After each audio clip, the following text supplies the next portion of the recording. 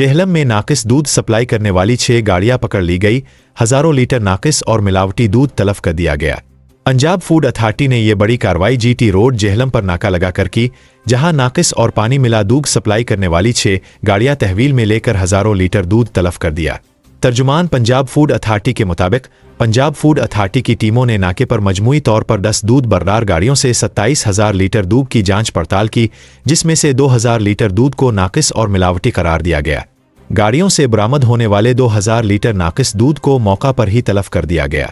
तर्जुमान के मुताबिक ये नाक़िस दूध रावलपिंडी और इस्लामाबाद सप्लाई किया जा रहा था।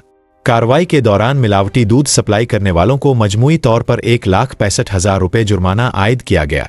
तर्जुमान पंजाब फूड अथॉरिटी का मजीद कहना है कि शहरियों को महफूज और मियारी खुराक की फराहमी यकीनी बनाने के लिए ऐसी कार्रवाइयाँ जारी रहेगी।